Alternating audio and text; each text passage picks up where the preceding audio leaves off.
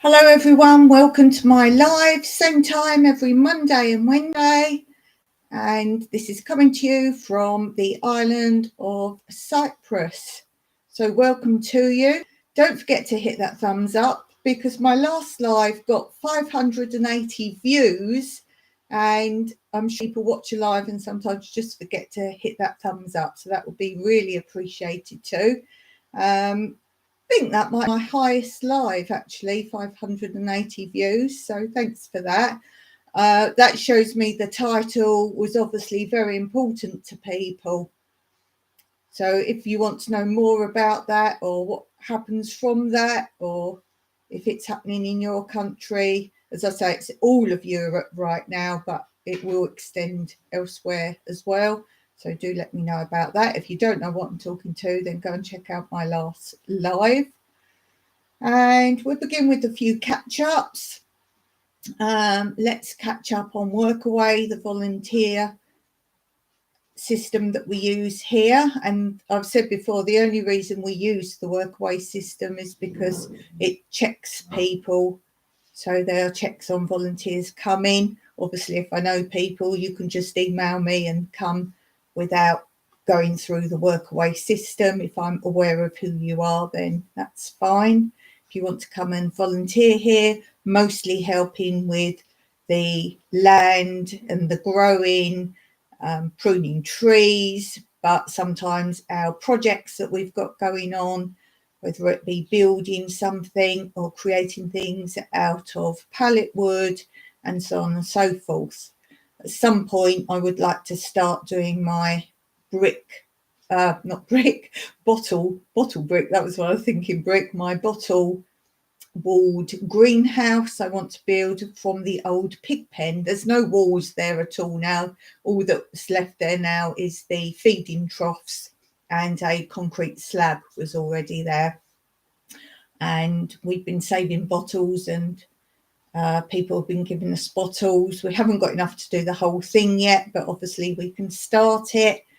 And we've got plans for how we want to do it. We want to do it a little bit different, because Mike was talking about having the bottles with the necks still on, coming inwards to the building, and then possibly doing some shelving using the whole bottles rather than cutting all of them. So it's something we're going to look into a little bit more.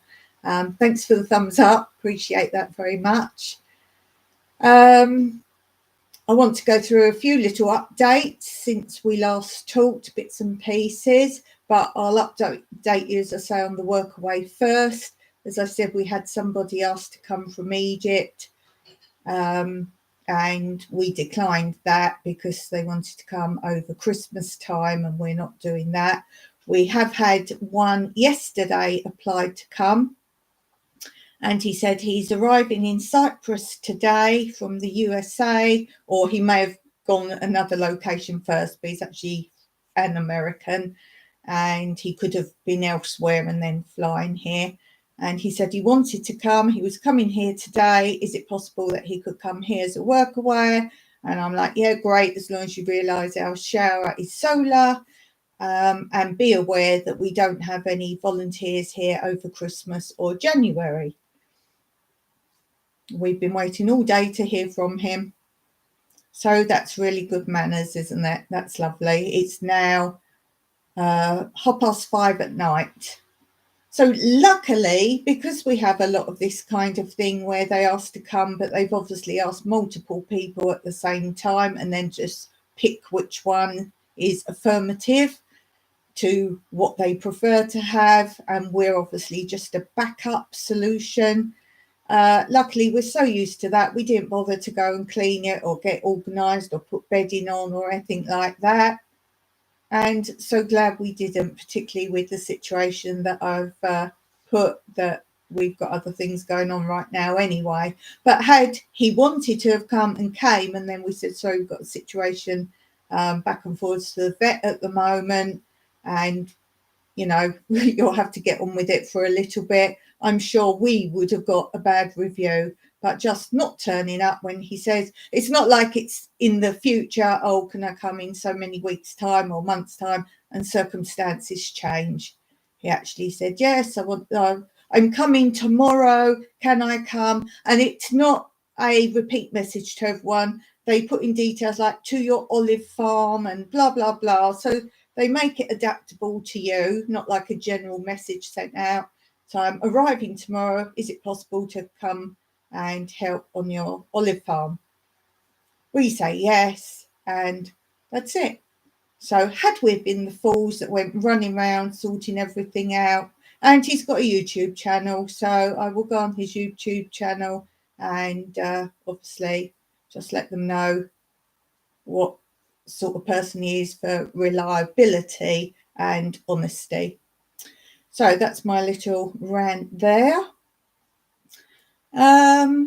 So I've got really 3 excellent, reliable workers here. They're called me, myself, and I. And that is all I can rely on, other than Mike, obviously, but he does all the building stuff here and runs the house and so on and so forth. But for the actual gardening stuff that I need workaways for volunteers, I just have me, myself, and I, who is wholeheartedly, completely reliable, does what's needed to be done. So there we go. So today, obviously not in the mood for doing very much. Both me and Mike are just waiting for a phone call. So if I do leave this live, it's obviously we've got a phone call to say what's going on, what the update is, which I'll talk about in a minute. So I just wanted to do some simple things. So I thought, I know what I'll do. I'll empty out all the compost areas behind the chicken coop. I haven't done the one down the Hoogle area. I've been for some time taking the top part off because I deliberately haven't turned it all into pure like soily compost, because I like a lot more straw and hay and all that kind of thing. So what I've done this year to do that is let the bottom decompose to soil, and the top I've not turned or touched or anything, and I've had it quite well compacted, all the things you mustn't do if you want it to turn to like soil compound. And that way the top stayed as straw. It dried out, so it was like grass cuttings and things like that, but it's all dried out. So I've gone and layered my hugel beds with it. Oh, hi there, Freehandly Maid. How are you doing? I haven't seen you for ages. Thank you so much for dropping in. It's really appreciated, especially today. I need some friends on. Just put your pie in the oven, so I'm listening. Oh, when you're free to type in, let me know what sort of pie you're doing. That sounds lovely. Yeah, so I wanted more straw this year, or the grass decomposed to like straw or hay. And I put that on the hugels already. You've seen footage of that. I've done that, and the raised beds. And then as I'm cutting back the olive trees, I'm not letting the leaves all die back, because then it's like a double job. You've got to then sweep or rake them up and put them on. So I'm actually cutting them. Seeing as the straw is like your brown layer, I've now chopped finely, not all of it yet, it will take me some time, but finally chopped all the olive leaves and put that as the next layer. So that's a green layer then. And then I'm going to put some more of the straw on leaves. I'm going to rake up leaves and that kind of thing for another brown layer. And then I'm going to, when we get round to strimming our first strim or cut of the grass, then that will be another green layer. So I've been back to work. I have today off, so where I saw you were live, I had to come in. Oh, lovely. Bless you so much. Bless you. So today I thought, right, the straw I'd already used, that had all gone, so I just had the soil compound. So today I've taken footage of it this time, in case you're a newer person, you don't go back and look at videos. But those of you know, there's 2 compost areas at the side of the chicken coop. We don't have chickens in there, for anyone who's wondering. It's an old chicken or bird house. And I use it to store my pots and things like that in there. So the two at the side, and then behind it, which you can't often see, there's a great big double area behind it. And that double area behind it, I've completely cleared the soil, and the two side bits completely gone. They're all completely empty now. And I've filmed where I've kind of put that because I only want that for seeds, growing seeds in pots and things. So I've started my indoor garden today. I've not planted any seeds yet, but I've got the shelving units that I got from a donation last year. I've set those up again. They normally sit in here in the summer because they're plastic, and I do my indoor growing in the sun lounge, which is really hot in the summer, so I can't leave them out there all year. So in the hot seasons, they come in this room, and I've just put those back out. And if you saw last year, little adaptation, Mike gave me some old bits of pallet wood, just the slat bits, and we've made shelves between two because I only bought two the first time because that was the amount of the donation. I said, oh, I'd like to get like whole rows of these to grow indoors. And Mike said, well, hold on, you don't need to do that, because if you put these wooden pallet slats between the two shelving, I think they've got 4 shelves, and put wooden slats all the way between the two, you've already got more than double the amount. So I did that today. But as I did it today, I said to Mike, well, hold on a minute. I've kept the wood in this room as well that he made for the slats for me. And I said, hold on, I've put them in. But this year it's only made 1 shelf across. And as I say, there's 4 levels. And he came and looked. He said, did you put the wood somewhere else? I said, no, it's all in my room to keep it dry. And he said, oh, you had the units the other way maybe last year, so you didn't need so many slats. I said, no, I want them this way. I need more space. And then next to it is a red table, a low table. It's like a children's table. It really was initially, that we had in the dance studio. And I just keep that in the sun lounge. And I had a tablecloth on it, like a plastic wipe down cloth that you have outside on a kitchen, a table on your patio, that sort of cloth. And I'd kept it, and I had spent hours searching for it today, and it could only have been with gardening stuff. So I looked in the chicken coop. I was pretty sure I didn't leave it out there because the chicken coop does leak because it's a rusty old roof. So I don't put anything in there that matters. So I didn't think it was in there. I was searching, found it under the bar in the end, the bar that's the outside bar on the patio behind where I keep all the water containers, because I grow in those and I slip round them. So you've got an incubator, and like the water dispensers you have in offices and that, and the bottles go upside down, those sort of water bottles. And I had a few there under the bar, and I'd stuffed it behind there. I found it eventually. So that was quite good. So today I did that, got all the compost out, filled up so many containers. And what I use for growing, if you don't know, is kind of like takeaway boxes, the clear plastic ones. Maybe get sandwiches in them or cakes or whatever, big square ones. And I grow in those mostly in the indoor garden, because then you can shut the lid down on them and they germinate much quicker, and you don't need so much water, because once you water them and shut the lid, it keeps it moist in there. So I'm mostly growing those, filled up all those. My friend had given me loads more of them, so I got every single one out and filled them all up with this compost. As I say, I mostly use the compost for new seedlings. I grow everything from seed. I don't buy like plug plants or anything like that. Everything is from seed. And this year, mostly, it will be from seeds I've grown from before, produced plants and saved the seeds. I've got a few seed packets that I showed in my last live, but on the whole, they are all seeds I've harvested myself from things I've grown. And if you've seen my video where I dyed, not painted, dyed all the jam jars to keep the seeds in, and I do explain how they stay moist and airtight in there.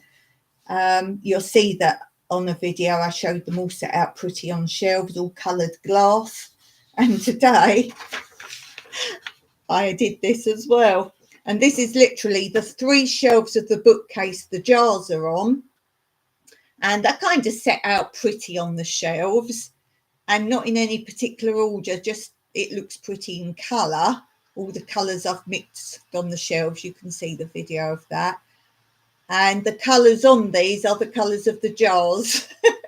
So I can quickly, if I've squared round it, because it's a clear jar, I haven't dyed those jars. So let's see if I can link the video of those jars for you, if you're interested in how I keep them. And I explained there what I do is actually put kitchen paper in with the seeds, which if there was to be any moisture in there for any reason, that would absorb it. So I don't need an airtight container as such for them. Let's see. I don't think it was that long ago, actually. Seed planting plan. Oh, here we go. No cost, pretty seed storage. Seeds on display and easy to access. Video 388. So I'll just go in my Word doc. So I'm looking for video 388. This is how I roll. So if anyone ever wants to, if I talk about anything, did I say 388? Let's look at 338 then. If you want a video, linking it is pretty easy for me. 388, no cost, pretty seed storage. Copy and paste. There. So if you want to see my seed storage, and I've showed in my last live, I've got a tub up here that I keep new seed packets in. So if they're packets of seeds, new, they're up there, or people donate me seeds, they're up there until I've actually planted them out, and then I'll harvest from them, and then they go in jars. So that way as well, I know what's newer and what's older to use. So yeah, I've been doing that. So what seeds have I got? Because as I say, I filled all these things up with the compost soil, and I had so much left over that we've just been given some really huge pots, really big ones. You could plant trees in them, like big trees. I filled those up as well. I filled up 2, they're like laundry baskets, but they don't have holes in. Filled up 2 of those. As I say, filled up everything I had with lids to grow plastic. And then what I've got to do, maybe tomorrow, I will choose what seeds I'm going to start off. It's the start of I'd say it's more autumny at the moment, but it's actually like spring. It's very warm during the day, very hot, and early in the morning, I'm talking sort of 5, 6 o'clock in the morning, you need a jumper on. And by 7, it's really warm. I'm in shorts at 7, no top, just like a vest top, doing stuff in the garden. And then it cools down, I don't know, I'll say about 5 o'clock, it gets cool. You need to put a little jumper on or something, unless you're still working. If you're doing hard work, it's funny, today I kept doing a bit and stopping. And every time I stopped, I had like a little thin tracksuit top. And every time I sort of came in or stopped, it's warmer outside than inside. It's that time of year. And I had to put it on, and then I'd go outside again, take it off. It was literally on, off, on, off. So yeah, I filled everything up with the compost, and I've just got to choose what to plant. And as I was saying, I'm going to plant even earlier, so we haven't even had our winter yet, but I'm going to start seeds. I'm going to start some seeds off. I can grow things like tomatoes all year round, quite a lot of stuff. My eggplants or aubergines, they are continual. They seem to be continual now. Chilies continual. Peppers continual. Broccoli's coming up again. It redoes itself. Most things do not pull out. People think, oh, either let it go to seed or it will regenerate if you cut it right down. Like roses, you cut them right down really drastically and they just multiply and really bloom. A lot of people think things are 1 year only. They're not. Peppers, chilies, broccoli, asparagus. I don't actually do anything with my asparagus at all. It's in an old, like a cast iron bath outside, and I do nothing with it. Obviously mint, that dies back and it regenerates itself.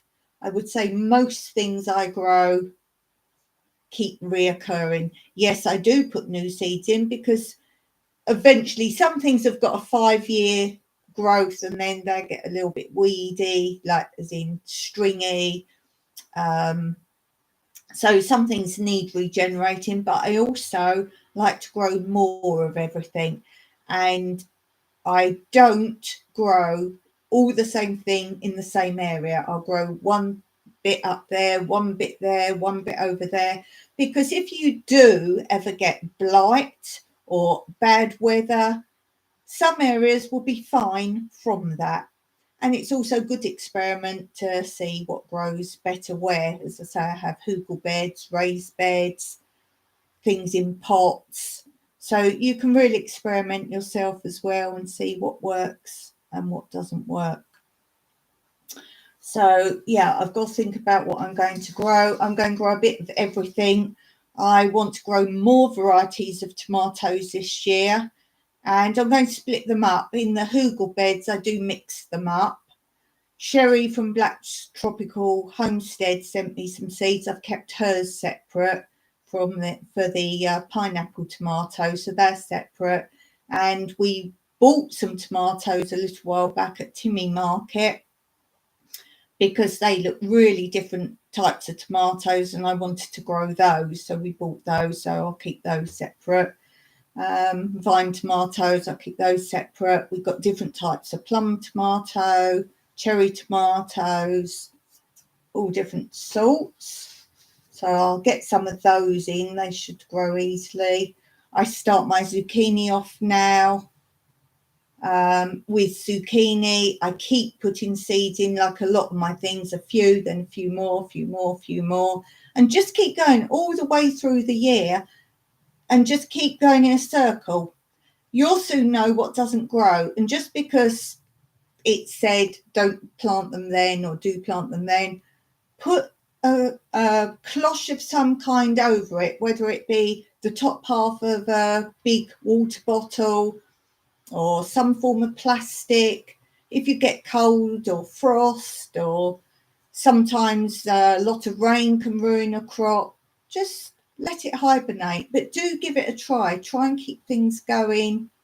As I say, our seeds that we buy are mostly from Italy, so we can grow longer than Italy can because we're a much better climate.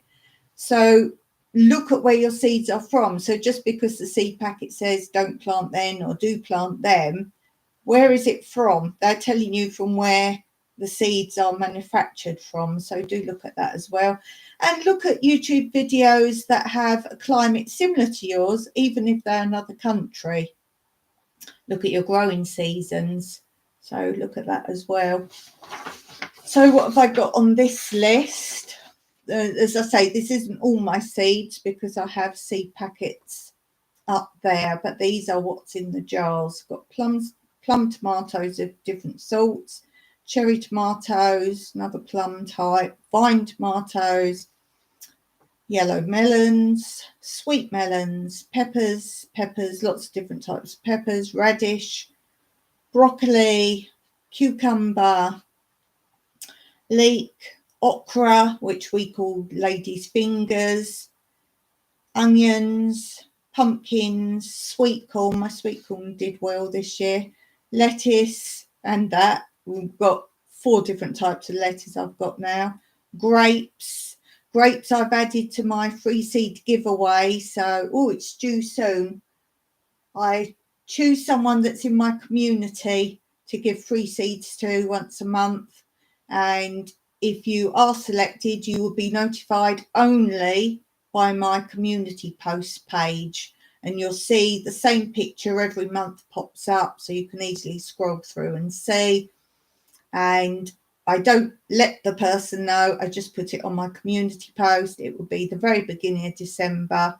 It goes up and it's a picture of seeds, and I will do a giveaway. I've already decided who's getting it for December. My birthday month, 6th of December. So I'm going to choose, I've chosen in my head a special person for my special month. And you will get notification on there. When you see that, it gives you a link to a video to go to, which is all the ins and outs of what you need to do to claim them. And it says it in the description below. It's basically you need to send me an email to say the address you want it sent to. And also under the video, it tells you which types of seeds are currently available from me. So it changes. I might add more to it depending on what I've got lots of or what I harvest myself and can add to it. And that's why I say I've got grapes in there now as well. And what else have I added fairly recently to the list? Cactus. So you can eat the cactus fruit, or you can eat or use the produce of the cactus pads. And there are a few videos also linked in that description as well. If you don't know what things are or how to deal with them, there's some little link videos as well under that. So if you're chosen, you need to just tell me, as well as sending me your address you want them sent to. You also obviously need to tell me which ones you want. You can have some of all of them. I'm fine with that. They're there to be had. But some people just ask for 1 or 2 things because they either don't have the room or they can't grow the things, or so on and so forth. So good luck to you. You may be the chosen one for December. What else? Chard. I've got chard coming out my ears, literally. Round zucchini. So many different zucchinis and squashes. Mixed zucchini. Nano, that's my favourite one. That grows so well here. And it's not a funny shape. It's like a cucumber shape of zucchini. I think they're the easiest ones to deal with, because some of them, that it's not trombello, like the trumpet one, that's so like, it's fun to grow, the shape, but it's so awkward. And then you've got the other squashes where they've got the bulbous bit and then a long thin bit. So for me, Nano is the easiest one to harvest and deal with in the kitchen, but I like them all. I like to see all the different ones. And the flowers were huge this year on those. They were absolutely huge. Beans. I'm really lacking beans. I need beans, as in green beans, French beans, runner beans. That's something I'm lacking. Snake beans, any form of snake bean. I really need those.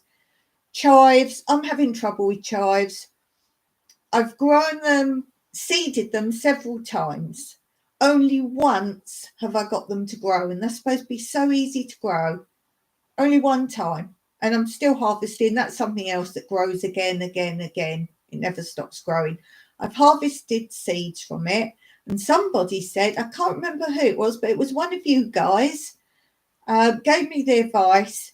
They can be quite temperamental to start off. The best way is to grow them from seeds you've harvested from one you're growing. So I've been doing that. I've sowed them in 2 different pots. I've sowed them in different places. So if any of you have got any more advice on chives, why can I not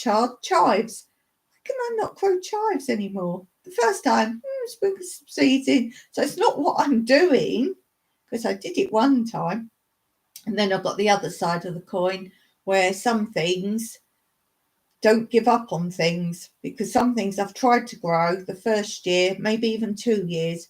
No, it's like cucumber. I just couldn't get a cucumber. I could get the plant and all the flowers come. I know all about pollinating. I did all the things.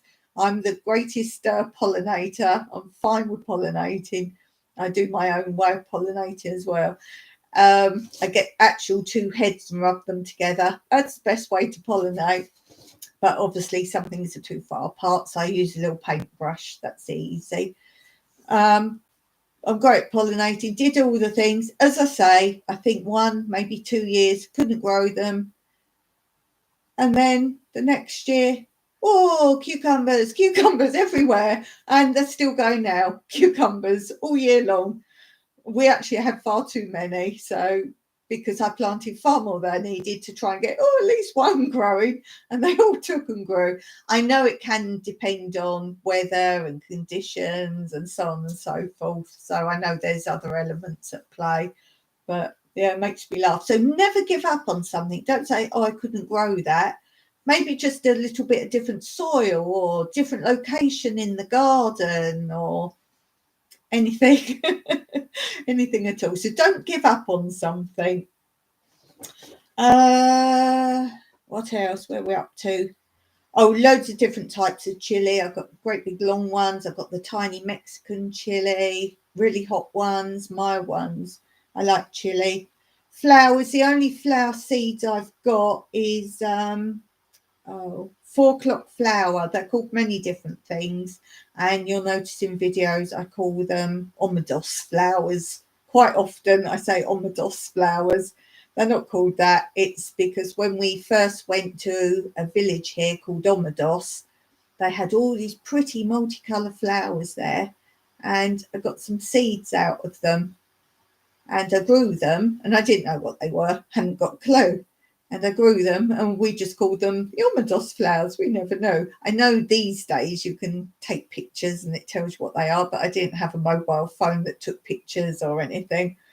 And then I did some research and I figured out, and they're called 4 o'clock flowers and many other things. I've done a video on that, and I've actually put all the names I know them by. And they're so pretty. They're multicoloured, but you don't know what colour you're going to get or how they're going to mix. It's almost like they're interbred. So you can have yellow ones with purple bits in and all sorts of colours. Absolutely amazing. If you want to see that, maybe I could link that video. Let me see.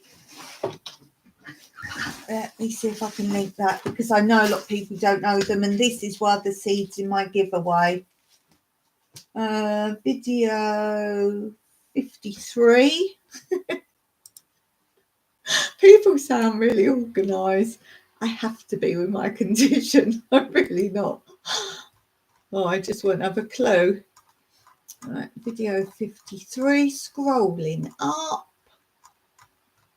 I've got over 400 videos now, so it's a bit of a scroll. 170. Did I say 53? 53, 80, 70, 60, 53. Easiest colourful garden flowers to grow, plus transplanting and root removal. Let me just copy and paste that, and then I'll tell you something else about them. There. Now, basically with these, they're beautiful, but the roots grow like carrots. Imagine a dark brown carrot, and that's the root. But they can end up being 2-3 foot long, if not more, and this wide.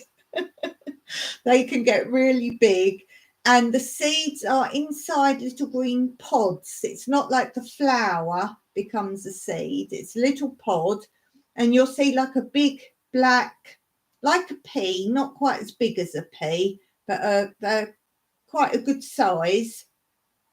And you literally squeeze them out, and that's the seed. So you can imagine, if you don't collect the seeds and they drop into the ground, you'll get more. If you don't want them there and you dig them up, you've got to dig them up pretty quick when the flower or the green stem and the leaves start to show, because then they're a small carrot root. If you leave it and they get very big, I think I show it maybe in that video, I think I show you in that video. I don't think there's another one. I think it's in that video. It shows you how big the roots are if you don't dig them up. And I dig up a really big one, and you can see when in the video I dig up the root and I haven't quite got the end. You can see it's sort of broken off. And I said, well, that's in the ground. The root regenerates. Think of an alien regenerating, and that's what happens. So they're great if you want a really colourful flower garden, and do go and look at that video I've just posted. They are so pretty, and you won't believe the different colours you get. And they get like marble effect in some of them. So I've got some that are yellow or orange, and then they've got a different colour like marble running through them. Really pretty, really nice flowers, really pretty. So that's Omedos flowers, but they're really not called that. They're called 4 o'clock flowers. Maybe you catch me in that video calling them Omedos flowers. What else? Carob. Carob is a tree. I've actually got some here because I'm still doing the seeds. So this is a carob. I know a lot of people don't know what carob is. And this grows hanging on the tree, hundreds of them. They start off green, so they look like almost like some sort of bean or runner bean or pea or something. They look like that. Then they turn this colour, and then inside,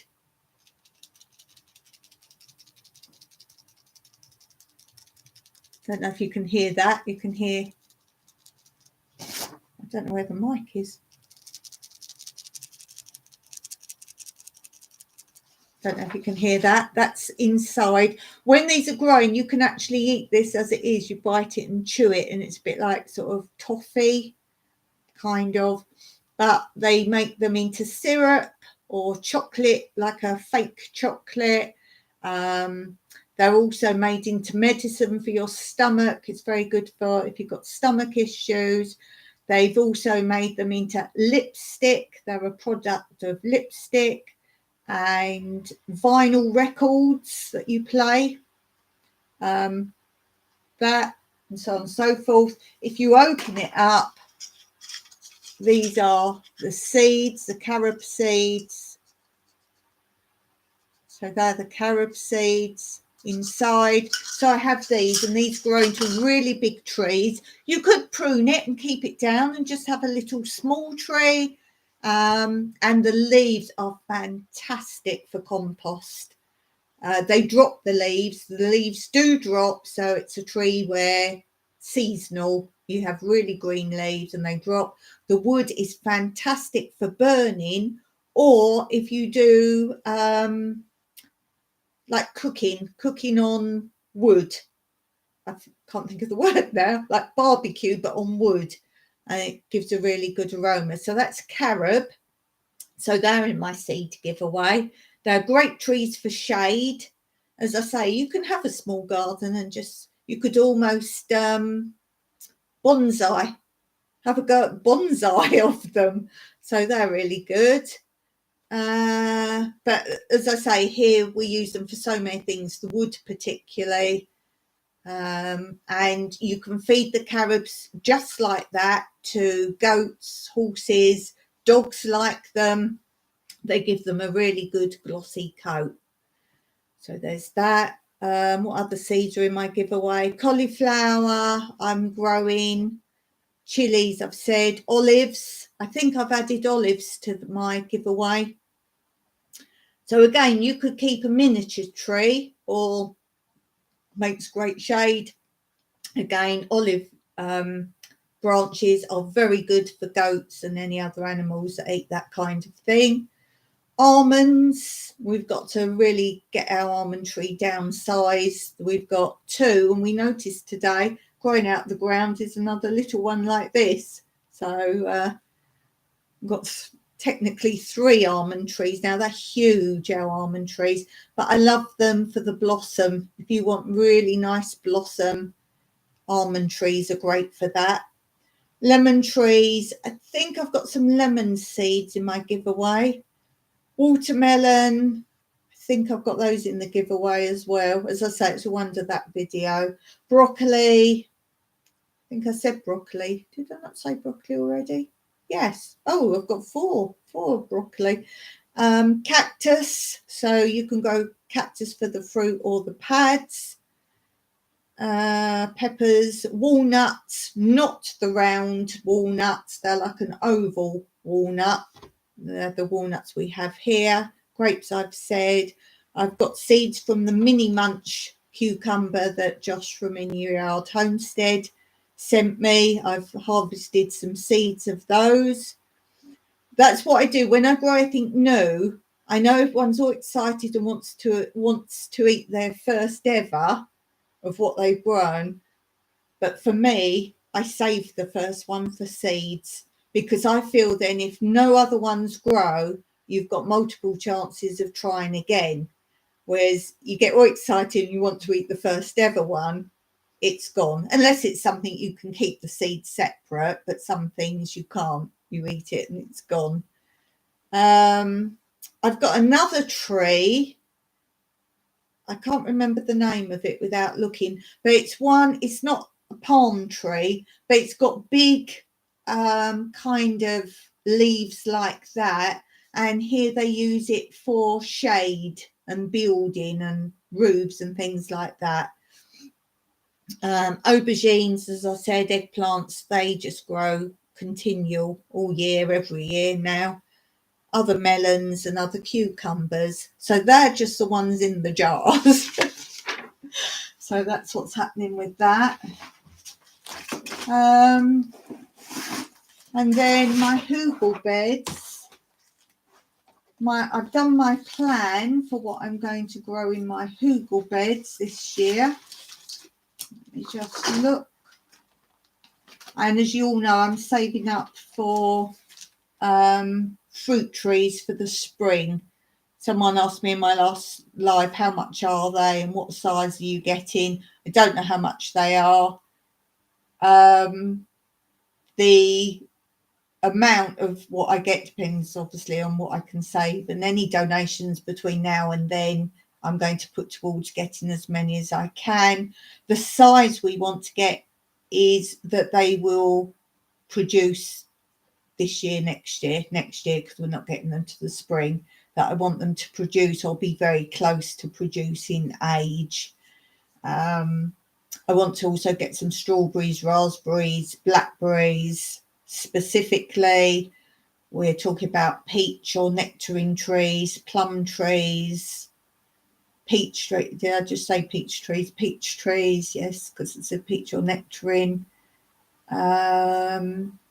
They're the main ones we want to get, so we'll say just those for now. And we've already got orange, lemon, pomegranate, quince. We've got 3 quince trees. What else? Mandarins. So we've got quite a lot of trees, obviously. 96 plus olive trees. Don't need any more of those. So in my hugel beds, these are my 2 rows of hugel beds. Yes, that's how many hugel beds I've got one end of my land. I will be doing more in the future, possibly, I don't know. So my hugel beds this year, I'm going to grow kohlrabi, which I already have growing, aubergines I already have growing, lettuce, rock melon, Jackby little pumpkin, onions and leeks. I've got some onions already planted in there, broccoli, potatoes. Now Mike said to me the other day, oh, I've got some potatoes I bought and haven't used, but they've been in there some time, perhaps they'll be all right to grow. So they were in a net bag, and they've become really shriveled, and I'm not sure they're going to grow, but they had really good strong shoots, about that big, really healthy green shoots, even though the potatoes had shriveled. They weren't like mildew or manky, they were just gone. Their energy had gone into the shoot. So the first one, I tried to get out the net bag and it broke the shoot off. it's the shoot had kind of grown in the net. So it wasn't a case of cut the net away. So I thought, okay, I'm just going to plant the net. I spread them out as much as I could in this bit of net, and they've gone in a hugel bed. We'll see. We'll see.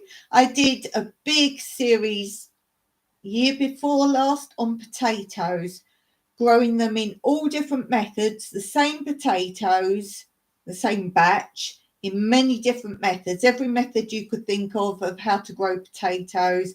And then I did not all in one go, in different episodes, and then did episodes of harvesting them as they were ready, because funny enough, they were all ready completely different times because of the method of growing them.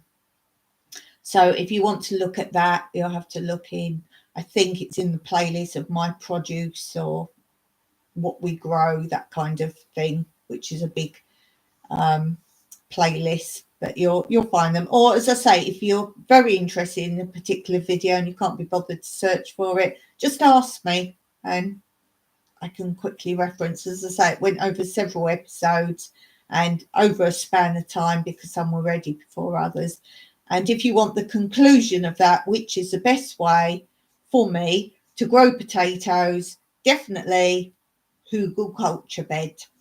Made my way, because there's some videos out there that are different concepts of building a hugel bed, but I use the original concept of it, and that is the best place to grow potatoes. But you'll see the results. I like doing experiments and comparisons of growing areas. So potatoes. Then I've already got a bed of mixed melons, peppers and chilies, cauliflower, carrots. I've got carrots growing at the moment, and not in that bed, but in my rabbit cage. I've just harvested some carrots from Sherry that I won on Sherry's channel, Black's Tropical Homestead. They were delicious. I showed those in my last live if you want to see what they were. Popping barley, radish, broccoli, onions, a mixed tomato bed, chard, peppers, more peppers, beetroot. They're easy to grow. Beetroot's dead easy. If you want something to grow and you don't know what to grow, beetroot, radish. Lettuce can be temperamental depending on your soil, but that's normally okay. Where are we? Beetroot, tomatoes, more mix, peppers, more tomatoes mix, and kohlrabi. And yes, the white kohlrabi does taste completely different to the purple kohlrabi. So that's my growing plan there. As I say, I've got to think about what I'm going to start off indoors, probably a little bit of everything, and it normally spills out into that whole room. It's because the Sun Lounge has all windows, just like row of windows, big windows, and it's the best place. Our kitchen doesn't have a kitchen window sill to an outside window, and it's the wrong side of the house anyway. Anything that side of the house is great, but it's the only room that we could grow things in with windows. So that's what's happening with my growing. I will, as I say, I filmed a little bit today, putting the shelves together and emptying the compost bins, not actually emptying them, but showing them empty, because as I say, the one behind the chicken coop, you can't always see. You can just see it piled up behind the roof, but you'll get a different view of that. What else? Yes, the sad news, Kit, my darling little boy cat, he's been fine, absolutely no problem at all. Energy, running around, quite happy. And then he came in for his breakfast yesterday. He loves his food. He's like runs up and down and round when it's feeding time. And Mike said he looked at his food and didn't touch it. Okay, they eat something, it disagrees with them, or they've caught something and they don't eat occasionally. And then in the afternoon, he just suddenly started having seizures, really traumatic ones. I know all about seizures, really traumatic ones. And I didn't know, now this might be a tip for some of you, when they do it, I don't know if it's all animals, but cats particularly, when they have seizures, they start meowing or making really like noises. When they're making that noise, they're actually in the seizure. So as much as you think they're crying and you need to comfort them, they are already in a seizure, no matter what else is going on. So that was something I learned, that isn't before and they're crying out in pain. When they're actually shouting or crying out, they are actually in a seizure. And he had one and it was like, oh, okay. So just kept him calm. And afterwards he looked a bit, oh, what happened there? Okay, these things can happen. And then a bit later, maybe half an hour, he had another one. And I said to I think he's having a seizure. Because at first, the first day was just like crying and laying there. Well, obviously he was in a seizure, but we didn't know. So we were just stroking him. And then I realised then every time, because he had more than 7 in a very short space of time, and each one was quite horrendous. They were getting really bad.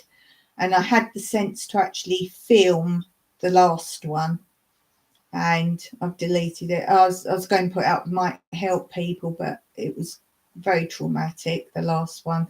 And in it, it was at least 5 minutes, and I got him in a towel, because they say actually put them in a towel because they can bite in the middle of a seizure, and Mike did get bitten by him in the seizure, and he's not a bitey cat.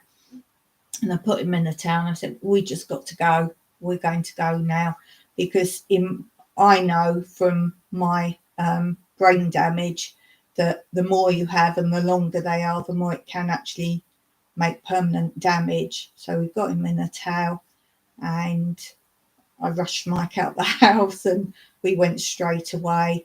And I said to the vet, he's had more than 7 now, and he's actually in one now. And I said, I have filmed it before I sort of put him in the towel and brought him here. And he was so thrilled with that. And that is my other bit of advice. If you've got anything like that, film it, because they can tell straight away what type it is and potentially a cause of it. So whether it's an epileptic fit, which it wasn't, whether it's a seizure from certain things, how they're coming out of it. And the one before that, when he came out of it, he stood up, his back leg was out the back, stiff, like stuck out like a tail, stiff in the air behind him. And I thought, he's gone. And then he started walking backwards. And anything backwards and round is a very bad sign, because that's the brain's going a bit off. Anyway, so we took him to the vet, and Mike was concerned about how we paid for it, because he's just bought a car battery out of our little bit of fund we had sitting. I said, well, don't worry about that, we'll deal with that later. And he took blood straight away, and I could see as he was taking the blood, it was really bad signs. The blood was almost black, and it was super thick blood. And the vet said, this is like, it's marmalade. It was like marmalade, solid blood. And he said, this is a really bad sign. He said, no. He said, it's probably kidney. Now, we was concerned that it was something he's eaten, poison. I'm not saying he was poisoned, because we don't think that's likely. Kit eats anything and everything. I don't mean like material and things like that. If it's edible, he eats it. And if you remember, he was eating my olives. He was in the tree and all that. But that was so long ago, we don't think it's that. But what I'm saying is, if he's been out and about and there's poison berries, he would eat them. And what can you do? What can you do? You can't keep a cat in and secure. So if there was poison, I think he's had poison berries, because the vet said it's one of he took tests on the blood and a whole sheet of different things he tested and looked at. It was really awesome. And so he did every possible blood test possible. And he said it's his kidney, but the number of, I forget what it was, the number of something on the blood test shows it's very sweet, which to me does say poison berries. And it's like a sweet content of something in his kidneys. So he said it looks really bad because the blood is so bad, and that's why he was having sudden seizures, because he wasn't getting oxygen through the blood. And this is why me and Mike thought some form of poison at first, because he was so fit and well the day before. He was up trees, and so it wasn't like a gradual, he had a kidney problem and he's sort of going downhill. And as you see, I posted a video today that I'd already edited called Meet the Cats, and you'll see him on there. You'll see him on there, and that was literally a few days previously, and he's been more active than that for a long time.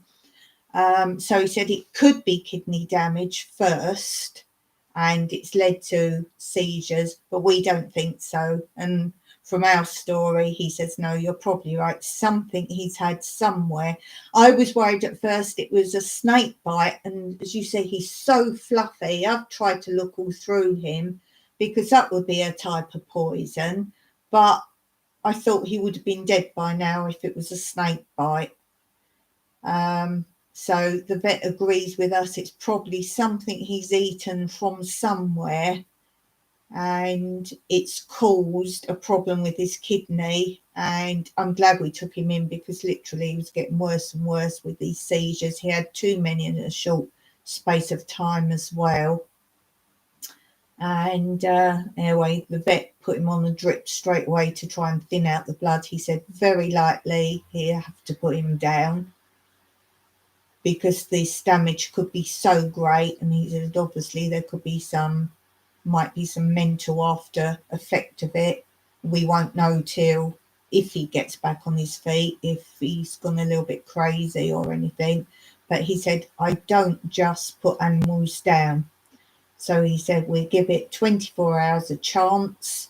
And he said, we'll wait 24 hours. We'll put him on the drips. He had 2 drips while we were there. And we put him, and he was just laying there. And I said, it got to a stage, and the vet agreed, you can't tell if he's in or out of these seizures, because he was just laying there. And that's not him at all. He was just laying there. And I thought he was kind of almost comatose at that point. So he said, right, we'll give it 24 hours. We're expecting a call any time. We're surprised we haven't had a call yet, but he could be waiting to the end of the surgery. And he said, we'll just give it 24 hours. We'll keep him on drips, keep our eye on him, see if he has any more seizures or anything. And he said, if he's showing any signs of the slightest recovery, then we will talk again. But if after 24 hours, which is any time now, there's no change at all, then we will have to put him down. So we're expecting the worst. He was so sick, he really was. So it really is 50-50, as in whatever's happening with him now, if he's alert or... But as the vet said, the blood colour and the consistency of it, and he's small. He looks big because he's so fluffy, but his head's small and he's quite small. So yeah, no birthday going out for me, because we're going to have gigantic vet bills to pay. Yeah, so I'm not optimistic, because as soon as I saw that blood and he shook his head. He said, I've never seen blood that black before, or that thick. So I felt it was almost like he would have burst inside eventually, and he wasn't giving up, but he's very sick. He's a very sick boy. So we're not holding out much hope on that, really. And as I say, we're really waiting for a call. He said what he would do another blood test this afternoon. Sorry, afternoon, it's still afternoon. It's 6:30 at night here, but that's still considered afternoon in Cyprus. So he said he'd give him another blood test, and if there's any changes, as in good, then we'll talk again. But we don't know how much damage has been done already. And as I keep saying, the vet just shook his head. He said, I've never seen an animal still alive with this colour blood and this consistency. So he said, don't hold out hope, but we'll give him 24 hours and just see how that goes, really. So that's my sad news. So do go and watch the video I posted today. That would be helpful. And if you can help in any way, that would be appreciated.